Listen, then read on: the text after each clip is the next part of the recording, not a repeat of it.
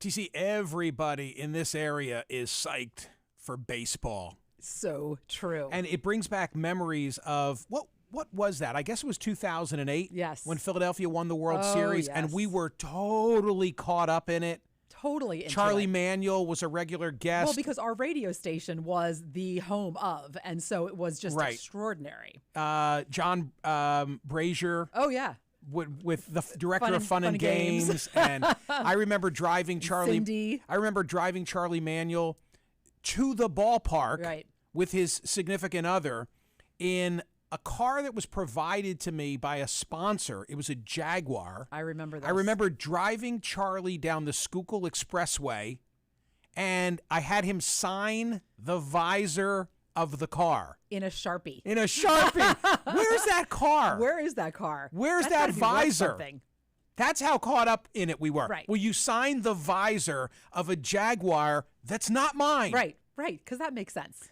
Why do I bring it up? Because Philadelphia ended an 11-year drought, are in the playoffs. 1 p.m. this afternoon, Atlanta hosting Philadelphia, Seattle at Houston in the afternoon. This evening, Cleveland at New York, San Diego in L.A. Perfect time to get in on the action, whether you're at home, favorite sports bar, maybe even at one of the games. In my hand, the all-new BetParx app, digital casino and sportsbook for Pennsylvania and New Jersey, the only casino and sportsbook app I recommend, live in-game betting.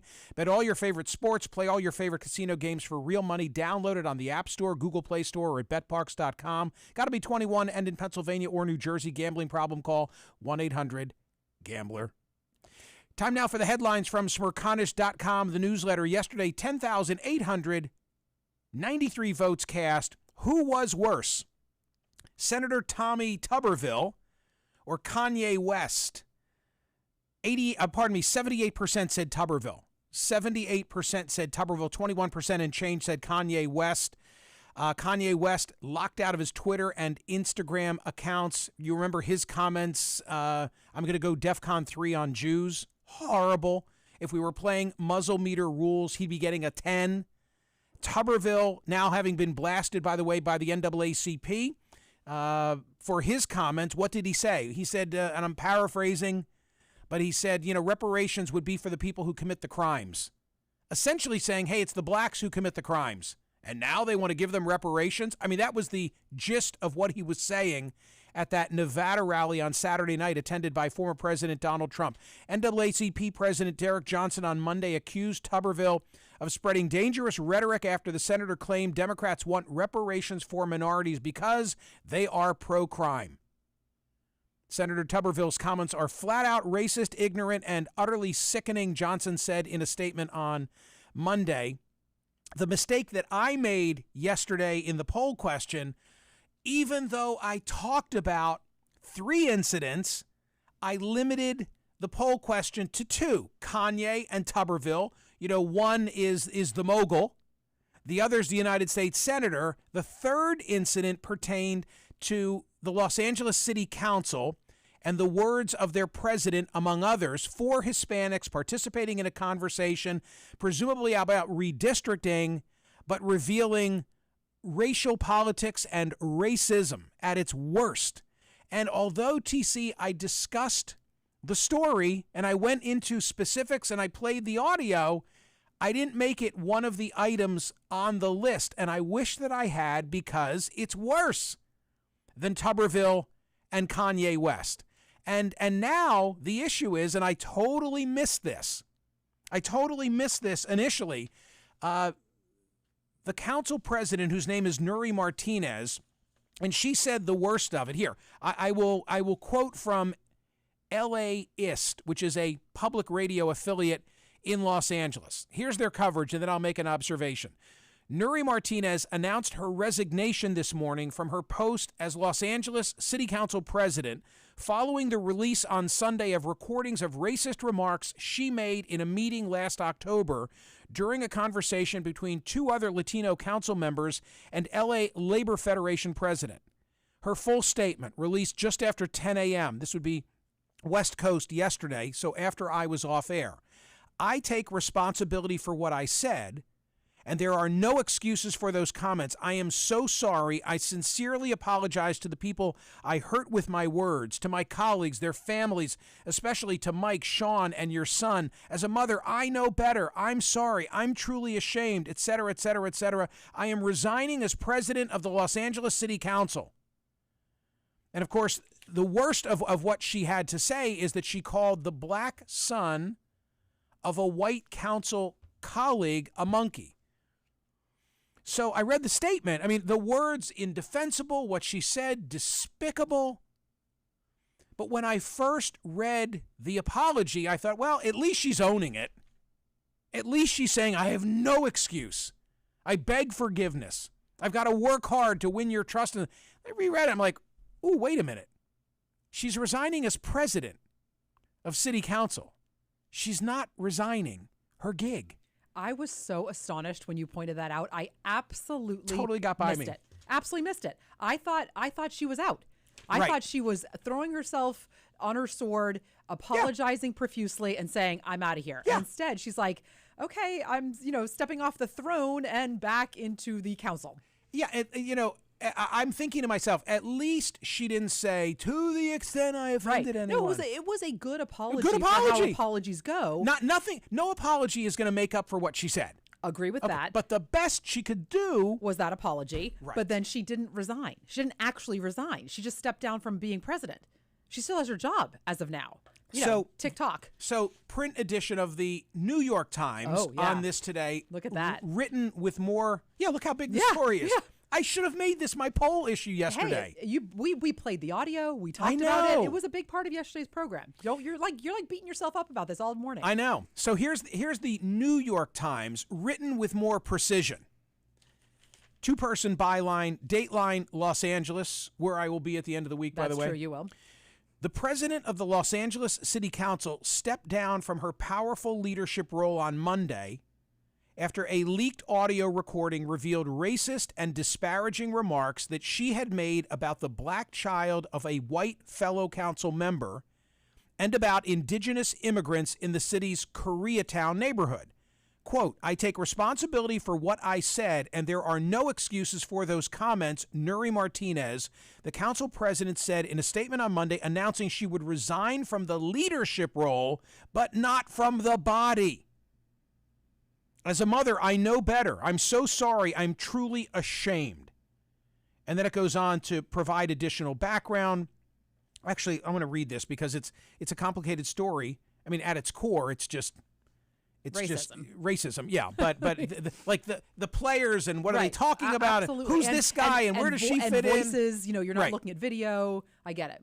The comments which Ms. Martinez made last year during a meeting with two other council members and a labor official exposed longstanding racial tensions in the governance of one of the nation's most multicultural cities, as well as fault lines among the city's Democrats. Calls continued on Monday for her to resign from the council entirely.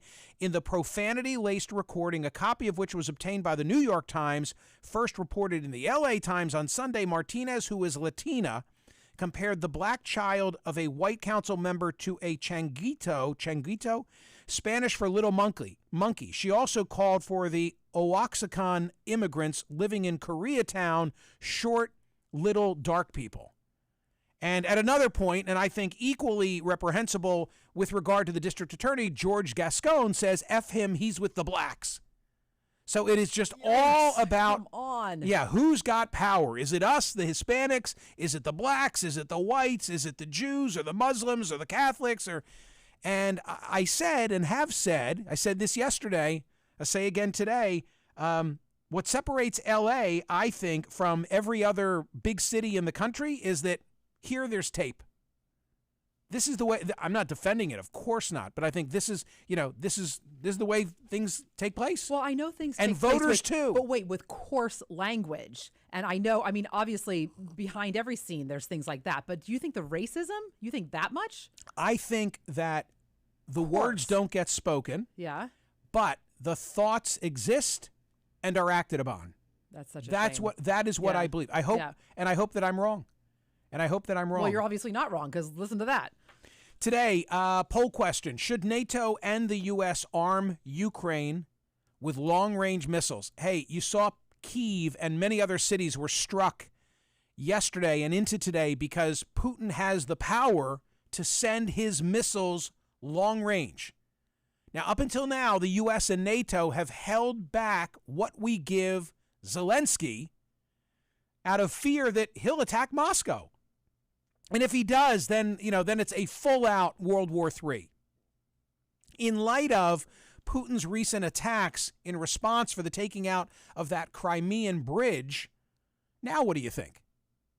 Should NATO and the U.S. arm Ukraine with long-range missiles? The lead story today at Smerconish.com in the newsletter, we went with the CNN coverage, which says Vladimir Putin's latest display of brutality and vengeance might be a fit of fury over his signature Crimean bridge being blown up, but his indiscriminate targeting of Ukrainian civilians also raises the prospect of a horrific new turn in the vicious war. Russian missiles damaged a glass-bottomed footbridge in Kyiv that is a popular tourist site. Did you see the footage of the guy on the bridge? Just unbelievable. Yeah. Tore into intersections at rush hour, crashed down in a children's playground on Monday. Power outages rolled across the country in places, cutting off water supplies and transport in strikes that recalled the terror inflicted on civilians in the invasion's early days but had largely ebbed in recent months. The attacks snatched away the semblance of normality that city dwellers who spent months earlier in the war in subways turned into air raid shelters have managed to restore to their lives and raised fears of new strikes. Do you remember the story, TC, where I was contacted by a Ukrainian student studying in Canada? This now goes back into COVID, way into COVID. Yeah, pre the Yes, war, everything. And he wanted to interview me about my Ukrainian background. heritage. Yes. And I said to him, and about my vision of Ukraine politics. And I said to him, I don't know enough. I don't know enough to be helpful to you. Right. All I can talk to you about is the Trump phone call, that which led to Trump impeachment 1. Anyway, I end up doing the interview nonetheless. The guy's really nice. Artem is his name. Right. Artem puts me in touch with Yaroslav, who ultimately does research for me and was critically important in pinpointing my heritage, my genealogy. Yes. You remember this? I do. I remember So I have my friend like Rich Custer here in the United States, but this is now Yaroslav overseas. He's a genealogist based in Ukraine. Okay. So this week I got a request from Artem. In Canada. Well, no, he's Ukrainian. Now back in Ukraine. Yeah, because of COVID, I don't even know if he made it to Canada. Got it. But he was studying through a Canadian program. I see. And it was a request for money. And it was a request for money because he needs, and I know some of you are going to think, oh, be careful, Michael. Is it legit? Nope. First thing. Nope. For military supplies because he's joining the Ukrainian forces and he needs body armor or some such thing. Real. Yeah. That's so, you know what? That's amazing. So I have to go to Giant. You know the Giant? Yes. Because Giant has Western Union to yes, send money because it's very hard to send money. Yeah, they do. So I'm gonna send him something. I think Wegmans has it too if you are that direction. Do they? Yeah, I think so. Giant's closer. Yeah. So there's that. That's amazing. Yeah. Wow. Okay. I said I'm going to go to L.A. later in the week for Bill Maher. I know that people are still talking about what he said last week. Mingling. Yes. Yep. They're still talking about that.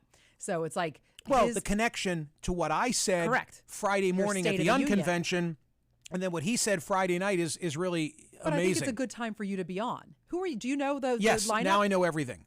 Oh, I had a you phone have news? I had a phone conversation with Susan, who is like the point of, and for every time that I've been on, which goes back 10 years. I feel like we've been dealing with Sue Bennett for years and years and years. So always through her. Yep, always through her. So I know the drill. She knows the drill. What is the drill? There have been changes to the show since I've been on. It's gone from 3 to 2.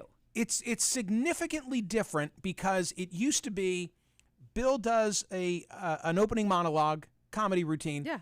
And then there's a guest, usually on site. And then there's a panel. It used to be 3. And then there used to be a walk-on guest, usually a Hollywood type, in the midst of the show. Would sit on the other side. Yeah. And so I know what it feels like to be a panelist among 3 and to feel like you've really got to assert yourself to have a piece of the action. Yeah, you have to get your voice in there. Fight for It's time. gotten, from my perspective, much better in that the panel has gone from 3 to 2, as you've said, but no longer is there the walk-on person. Oh, so that now it's really it's Yes. 4 to 2. Yeah.